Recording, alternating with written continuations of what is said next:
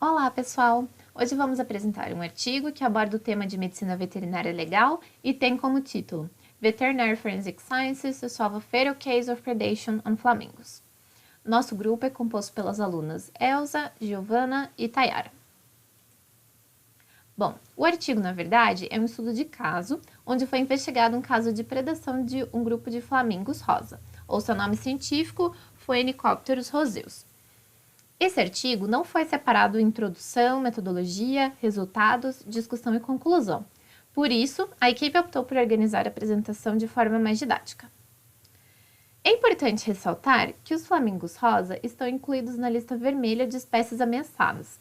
Essa lista foi criada em 1964 pela União Internacional para a Conservação da Natureza e dos Recursos Naturais e tem como objetivo informar a sociedade e pesquisadores do planeta a respeito da conservação dos seres vivos. Outro fator importante é que em ambientes naturais, os flamingos adultos são raramente predados. A predação ocorre apenas em casos excepcionais, onde existem animais doentes ou incapazes de voar. Por isso, a relevância da investigação. Neste caso em específico, 4 indivíduos em cativeiro foram predados. Eles eram todos incapazes de voar e eram mantidos em um centro de reabilitação de vida selvagem da Liga Italiana de Proteção às Aves. Essa instituição recebe os animais para tratamento e reabilitação no intuito de libertar os animais para a natureza, quando possível. O objetivo deste trabalho foi identificar o predador através de análise de seu comportamento, investigação patológica e análise de DNA. Agora, vamos entender um pouco mais sobre como foi realizada a investigação. Bom, como já foi citado, 4 indivíduos foram encontrados mortos. Destes, 2 flamingos eram adultos e 2 eram mais jovens. 3 animais foram decapitados e 2 cabeças não foram encontradas. Todos os corpos estavam bem conservados. A hipótese é de que uma raposa seja a principal suspeita pela morte desses animais.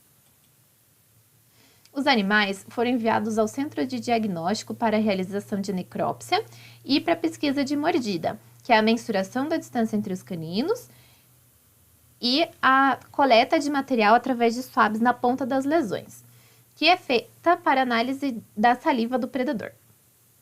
Todos os materiais colhidos foram acondicionados apropriadamente e enviados para análise. O DNA do material foi extraído e realizado a amplificação por PCR de uma limitada porção do gene mitocondrial ND1. O primer que foi selecionado amplifica o DNA que pertence especificamente à família Canidae. Por fim, foi feita a análise de sequência curta repetidas em tandem, ou STR, que é um painel com 20 microsatélites com vários pontos no DNA, os denominados locus, onde estes são amplificados em 5 diferentes reações de PCR multiplex. Foram realizadas 2 perícias no ambiente. A primeira inspeção foi quando as aves mortas foram descobertas e a segunda inspeção ocorreu 2 dias depois. Foi realizada de uma forma mais acurada esta segunda investigação. Durante a perícia, as carcaças estavam separadas de forma quase equidistante.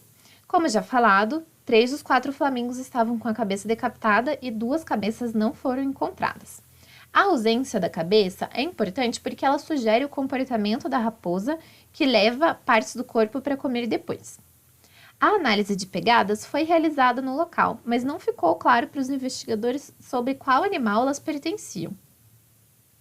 Na análise da cena do crime, foi encontrado um espaço onde o predador poderia ter passado ou pulado a grade, mas esse espaço foi encontrado apenas na segunda investigação. Então, não havia mais como coletar amostras, como, por exemplo, algum pelo que poderia estar preso na grade. Também existiam penas arrancadas perto de onde os corpos foram encontrados. Na necrópsia, os patologistas analisaram detalhadamente as lesões traumáticas externas e então realizaram a retirada completa da pele para entender melhor essas lesões. As lesões foram profundas e com sinais de mordida. Foi realizada, então, a análise da mordida, onde mede a distância entre caninos, e a análise da saliva. Essa imagem 2 mostra a forma como é realizada a medida da distância entre os caninos. Nessa figura 3, é possível observar algumas lesões encontradas na necrópsia de cada um dos animais, mas não vamos entrar em detalhes, pois os animais apresentaram cada um diferentes lesões traumáticas. Todos os animais tinham lama nas penas, o que demonstra que havia chovido no dia anterior à morte dos flamingos. Foi possível extrair o DNA das lesões e o DNA foi amplificado e sequenciado. A amostra pertencia a Canis lupus, ou seja, a um cão ou um lobo, e não lupus lupus, como era o esperado, que indicaria a raposa. Por ter sido um DNA mitocondrial que foi sequenciado neste primeiro momento, não tinha como distinguir entre lobo e cachorro. Para essa distinção ocorrer, foi necessária uma amostra de DNA nuclear com amplificação de base específica. Nessa análise específica, indicou o DNA de um cão. Porém, não foi possível determinar a raça nem a quantidade de animais envolvidos, se foi apenas um indivíduo ou mais de um predador. Além disso, o ataque por cães é bem raro nessa região, pelas espécies conviverem em ambientes diferentes, flamingos e cães, né? A análise da mordida foi realizada com a distância intercanina em apenas um cadáver, porque os outros tinham muitas lacerações. E a distância intercanina encontrada não condiz com a distância esperada de uma raposa, né? O que também descartou a possibilidade de uma raposa ter sido responsável pela predação. Outro fator importante de analisarmos é que os flamingos dormem com uma perna estendida e provavelmente eles estavam nessa posição quando aconteceu o ataque, o que aumentou a vulnerabilidade. Por fim, foi concluído que o DNA molecular é importante para investigações forenses, especialmente em casos que a reconstrução da cena do crime não é possível. Além disso, mesmo que patologistas forenses sejam essenciais para realizar a reconstrução da cena do crime, um estudo mostra que quase 75% dos profissionais reportam não possuir treinamento para assumir estes casos forenses.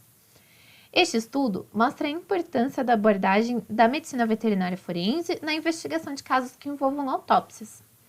Também mostra a correlação entre cena do crime, resultados de DNA e circunstâncias em que ocorreu o ataque.